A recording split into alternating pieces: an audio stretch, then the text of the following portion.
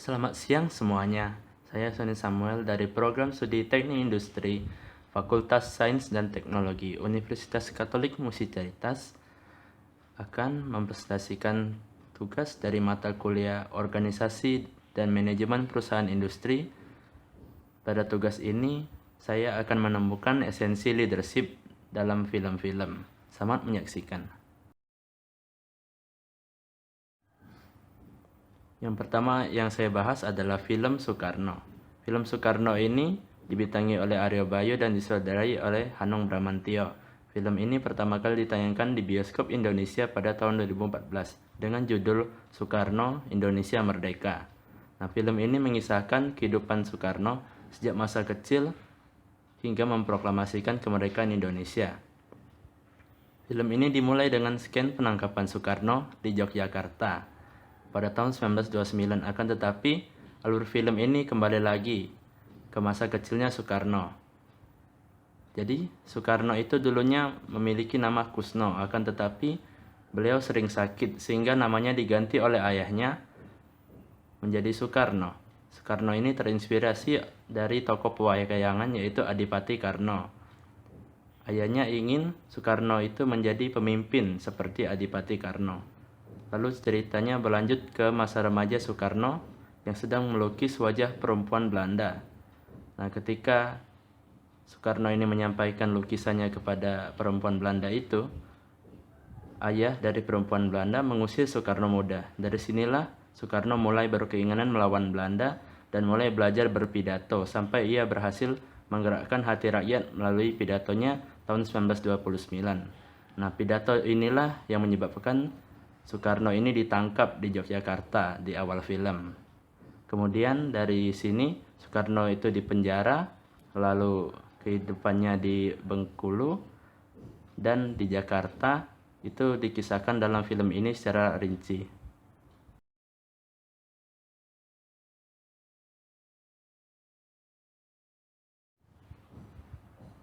Dari film Soekarno ini saya akan menganalisis poin-poin dari leadership-nya. Yang pertama adalah complex problem solving. Bung Karno ini orangnya tidak gegabah dalam memerdekakan Indonesia. Bung Karno tidak menggunakan senjata, tetapi menggunakan podium, media, dan diplomasi sebagai senjatanya. Saat di penjara, Bung Karno tetap menulis untuk masa depan Indonesia. Nah, lalu people management. Soekarno mampu menggenggam hati rakyat melalui setiap kata-katanya. Dalam pidatonya saat ingin memerdekakan Indonesia, ia mengatakan bahwa bangsa yang besar itu lahir dari kemandirian dan kecintaan untuk negerinya lebih dari apapun. Tanpa cinta tidak akan ada kekuatan. Tanpa kekuatan kita akan jadi orang yang selalu bergantung pada orang lain. Pidato ini berhasil menggenggam jutaan hati rakyat Indonesia. Lalu point judgment and decision making. Bung Karno mengetahui bahwa masa pendudukan Jepang tidak akan lama. Oleh karena itu Bung Karno berani bekerja sama dengan Jepang yang menjanjikan kemerdekaan dengan berbagai resikonya. Akibat dari bekerja sama dengan Jepang, Bung Karno ini dihina oleh para kaum muda. Di sini menunjukkan emotional intelligence dari Soekarno, yaitu Soekarno ini bebannya semakin berat, namun Bung Karno tetap sabar dan percaya Indonesia akan merdeka suatu hari nanti. Lalu Soekarno menggunakan critical thinking-nya saat mendengar bahwa peta akan didirikan.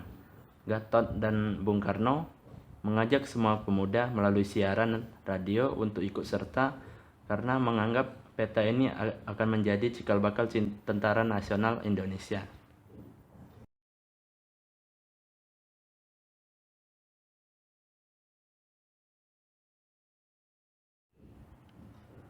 Kita lanjutkan analisisnya. Poin yang ke-6 adalah service orientation. Dalam rapat BPUPKI dalam membahas dasar negara, Bung Karno mengungkapkan Pancasila yang di dalamnya terdapat butir keadilan sosial bagi seluruh rakyat Indonesia.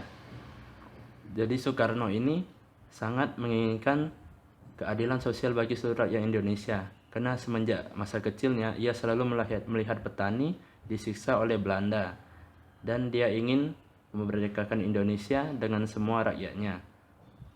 Lalu service orientation ini diungkapkan juga dalam scan ketika Bung Karno ini sakit. Namun Bung Karno tetap membacakan teks proklamasi. Lalu negotiation. Bung Karno dan Bung Hatta bernegosiasi dengan Jepang untuk mempercepat kemerdekaan. Nah, negosiasi ini tidak berhenti dalam kurun waktu beberapa tahun.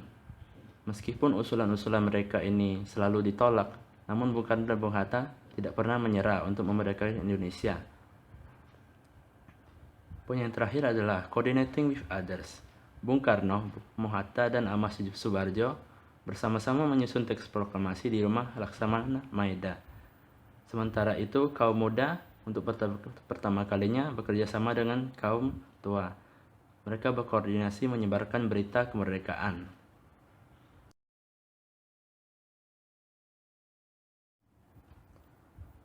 Film kedua yang akan saya bahas adalah film Non-Stop. Film berjudul Non-Stop ini tayang perdana di Amerika pada tahun 2014. Film ini dibintangi oleh Liam Neeson. Liam Neeson berperan sebagai agen rahasia Amerika yang bernama William Bill Marks. Bill Marks ini adalah seorang agen yang kehilangan putrinya. Lalu ia mengalami depresi akibat beberapa insiden pada masa lalunya. Lalu sinopsisnya adalah film ini dimulai ketika agen rahasia Bill Marks menaiki pesawat yang ternyata dibajak. Bill Marks mendapatkan pesan bertubi-tubi dari peneror yang meminta uang tebusan 150 juta dolar. Peneror mengancam akan membunuh satu orang setiap 20 menit. Lalu Bill pun menemui seorang bernama Hammonds. Bill mengikutinya ke toilet. Nah, mereka kemudian bertikai mengenai isi kopernya. Lalu Hammonds mati tepat 20 menit setelah didapatnya pesan. Agen Bill kemudian menginterogasi Tom, tetapi ternyata tidak terbukti bersalah. Namun entah kenapa pilot pesawat meninggal pada menit ke-40, padahal kokpit ini dalam keadaan terkunci dan tidak ada akses masuk untuk membunuh pilot. Lalu Bill mulai bekerja sama dengan programmer bernama Jack untuk melacak teroris. Setelah dilacak, ternyata Bill menemukan Charles. Charles ini adalah seorang pengusaha yang tidak bersalah. Charles ini diinterogasi. Namun pria tersebut meninggal pada menit ke-60. Bill kemudian semakin dicurigai oleh penumpang lain sebagai pembunuh dan pembajak. Bill mulai berpikir kritis untuk mengungkap para pembunuh dan di mana letak bomnya disembunyikan.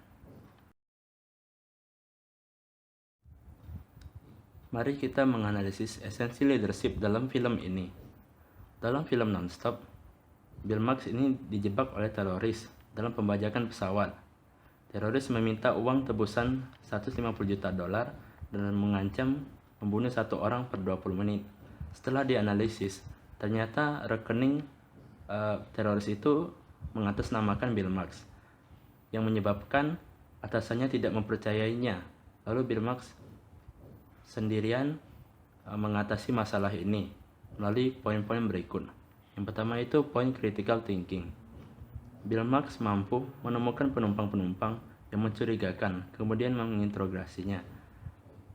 Lalu Bill pun mampu menemukan bom yang ternyata terdapat dalam koper narkoba milik Hammonds tadi.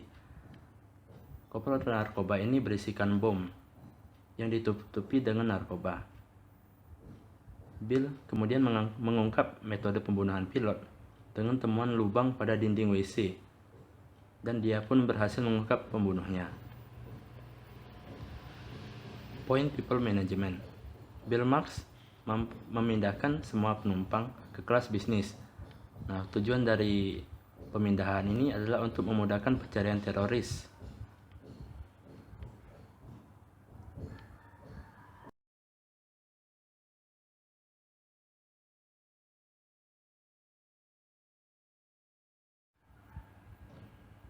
Kita lanjutkan analisisnya. Untuk menemukan teroris dalam pesawat, Bill bekerja sama dengan programmer bernama Zack. Bill juga bekerja sama dengan polisi, dokter, dan para pramugari untuk melanjutkan protokol meredam ledakan.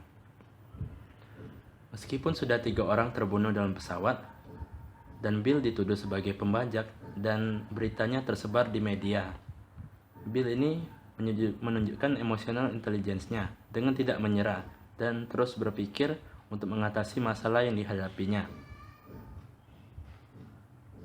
Lalu judgment dan decision making yang ada dalam film ini adalah Bill berusaha meredam ledakan bom dengan cara menimbun bom dengan tas di bagian belakang pesawat, lalu meminta pesawat terbang rendah. Protokol ini tidak pernah dijalankan ataupun diuji coba, namun ia tetap percaya bahwa cara ini akan menyelamatkan semua orang di dalam pesawat. Lalu Bill Marx terus bernegosiasi dengan kopilot untuk mempercayai rencananya. Awalnya kopilot ini tidak mempercayai dirinya karena kopilot menganggap bahwa Bill ini adalah seorang pembunuh dan pembajak. Namun pada akhir-akhir film, Bill Marx mampu meyakinkan dirinya dan pesawat pun terbang rendah untuk meredam ledakan. Poin terakhir adalah service orientation. Walaupun uang 150 juta dolar sudah masuk ke rekening atas nama Bill Marx, ia tetap berusaha menyelamatkan semua orang di pesawat. Sampai akhirnya pada film ini semua orang dalam pesawat ini selamat dan tidak ada yang meninggal.